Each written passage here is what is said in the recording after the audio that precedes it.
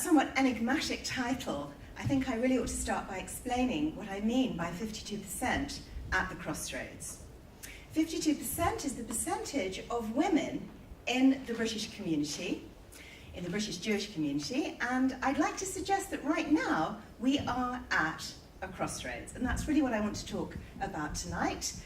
And I'm also going to talk about buses and buckets. And I'm going to issue a warning. So what I want to do is to begin with some very extreme and really very disturbing stories that have happened in Israel over the last couple of years connected to women. And the first thing I want to talk about is the bus saga. Many of you will be very, very familiar with the phenomenon of segregated buses. Now, these are buses where women are forced to sit at the back. And the interesting thing is that it isn't actually legal to have segregated buses now. And women are not supposed to be sitting at the back. However, they do. And this is a law that has been impossible to enforce, because as long as there's no violence involved, it apparently can go on, and that's all right. But I want to ask, why is it the women who have to sit out of sight at the back? I've never heard of a segregated bus where the men are pushed out of sight to the back. And I wonder why that is. And it seems to be part of a very disturbing, for me, process about the marginalisation and the pushing away of women to the back. In Charedi neighbourhoods now in Jerusalem, there are some segregated pavements. There are also in certain supermarkets segregated aisles and queues and even hours for women to shop so that the men do not have to see them. It is almost as though the women are being airbrushed out of the picture. And let's take the new fabulous, I don't know if it's running in the snow tonight, high-speed rail in Jerusalem. There are no advertisements or photographs promoting that rail that have any women on them, because the Charedi community threatened to deface and destroy any posters that had the faces of women on them. And interestingly enough, the media caved in on this and accepted that threat. Now, the airbrushing of women out of photographs in the history of our people is not new. So let's go back to the beginning of the 20th century, and we have the great Chafetz Chaim, the great rabbi. Now, there's obviously, this is in Poland, there's not many photographs of him, but there is one iconic picture of him outside his yeshiva, his house of learning, together with his students and his wife. Now, recently that photograph was resurrected and put in a book of fundraising for the yeshiva. But guess what?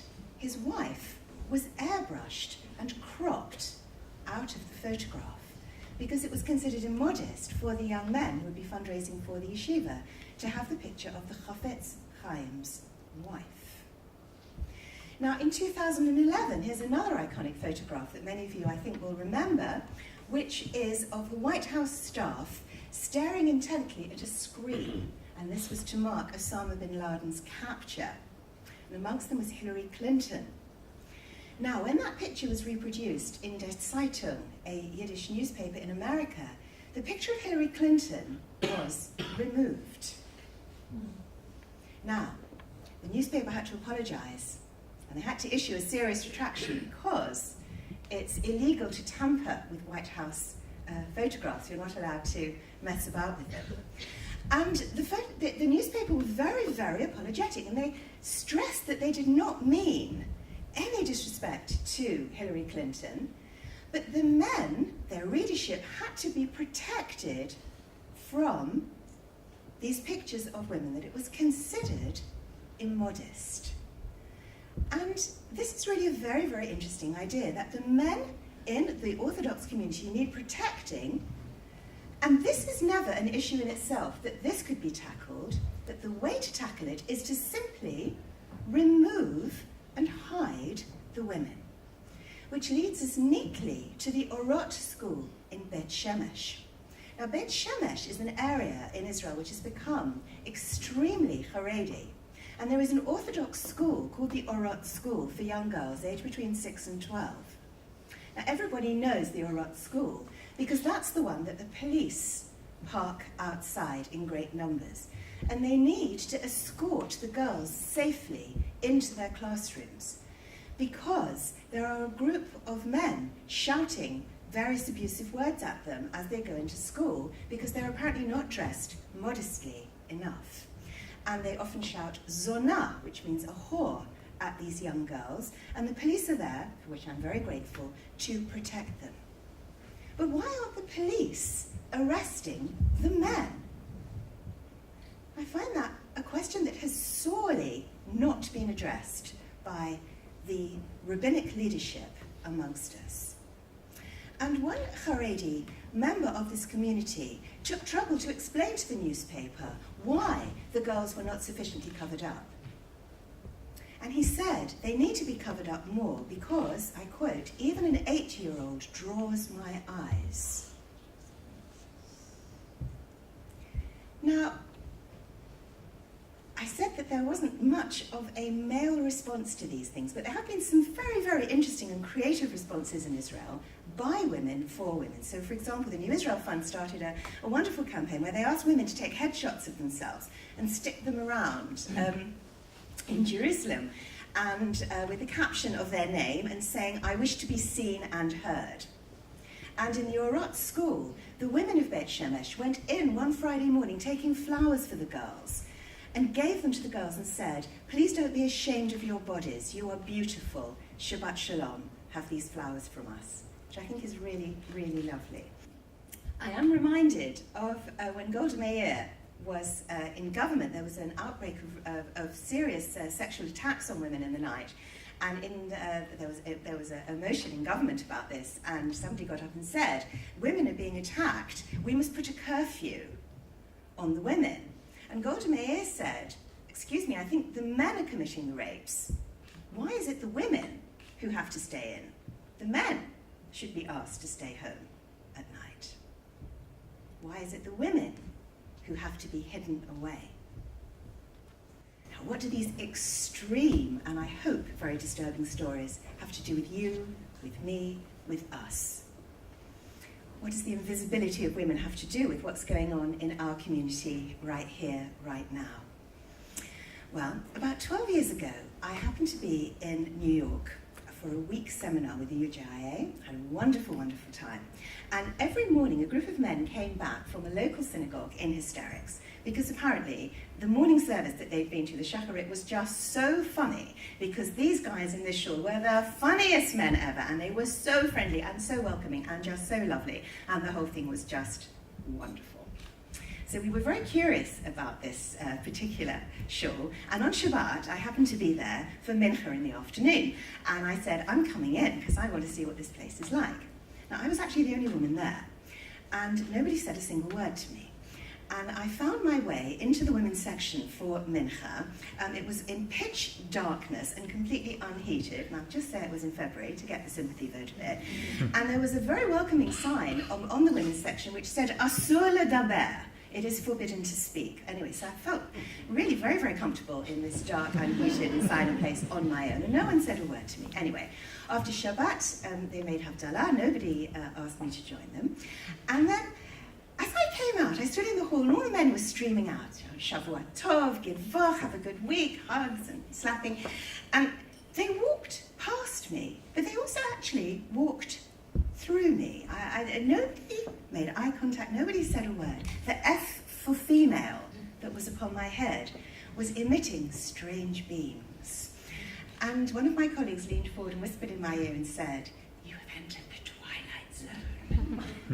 You are invisible to the male eye." And it's really hard for me to summon up how I felt there in the middle of this lovely, friendliest shul in New York. But back to what goes on here. And what I'm going to say now may seem very trivial compared to these extreme stories that I've spoken about in Israel. But I'd like to suggest that the gap between those stories about buses and pavements and the stories I'm about to say that go on in Orthodox synagogues in this country, the gap is perhaps not as wide as we might think. So here we go. thinking again about the marginalisation and the invisibility of women. So last Yom Kippur, in a shul not a million miles away from here, and I'm definitely going to be nameless, a rabbi managed to finish the Yom Kippur service, the additional service, the Musaf, a little bit earlier than he'd planned, and he said to his warden, we're going to start Mincha half an hour earlier. And this was at lunchtime when most of the women were at home with their children. And the warden said, you can't do that because there's so many people not here. And the rabbi looked round and said, I don't see anyone missing. At a Gemara Shir advertised on a very well-known Orthodox website in London. Gemara Shir, all welcome. But actually all were not welcome. 52% of the community were not welcome, as I found out when a group of us tried to ask if we could come. A new members newsletter in a synagogue. No one gets left out. Everyone gets called up. Please make yourself known to the management. But you see, not everybody is getting called up. 52% aren't. Now please let me make myself very clear here. I'm only asking for clarification for men to make themselves welcome. I know that women aren't going to get an aliyah, but the idea of all being welcome puts women very, very much out on a limb, invisible. And there are tremendous, tremendous moves going on right at the moment to, in the lay community, involve women in the landscape much, much more. There are chairs of shuls. There's going to be, I think, trustees of the United Synagogue. But I want to ask the rabbinic leadership, why have they not embraced the opportunities now, which seem to be needed so much for women, to be included in prayer services and in the body of the synagogue itself? I think we ignore the 52% at our peril. The educational landscape is changing. Once upon a time, all men. Then for a while, a program of speakers, a woman would often be asked onto the panel or to be one speaker, and I know all about that because it was often me. And it's a very lonely place, you know, being a token woman. The expectations are very low. In fact, it's amazing that you're there at all. And there is that sense of, I used to feel like a black person on a white lineup of speakers. And it reminds me a little bit of The History Boys, that play by Alan Bennett, where Miss Lintott, the lone female teacher, says to the boys as they're preparing for their Oxbridge interview, you do realise that one of the dons that interviews you might be a woman. At which point they roll their eyes very theatrically. And she says, what is so embarrassing about that? And one of the boys memorably says, it's not our fault, miss. It's just the way it is. She says, do you know what history is like for women? History is women following behind with the bucket. Now, I don't want to erase the bucket from history. I don't want to erase the women from history. I don't want the men erased from history. I don't want anyone erased from history. But I do wonder sometimes, in the Jewish community, it's not our fault, miss. It's just the way it is. Is that the best we can do? Now, it's often said to me, if you're fighting against these things and you don't like it, why don't you just leave? Why don't you leave the Orthodox community? And it's a good question. But it's not so easy. The Orthodox community is where I am, it's where I live, I have a stake in it, I have great investment in it, it's my home. It's like saying when you're in a job and you have an argument with your boss, you don't just leave. Well, sometimes you have to, but most of the times you don't. If you have an argument with your family, you don't just walk out. You have to figure out how to make it work. So I'm not threatening to leave, much worse than that. I'm threatening to stay. So this is a warning that the gap between those very extreme stories and the stories I've told about what's going on right here, right now, is perhaps not as wide as we think. And we are, I feel, at a very, very important crossroads. So, 52%, women of the British Jewish UK community, arise. You have nothing to lose but your buckets. And just possibly the men may be able to help you carry those too.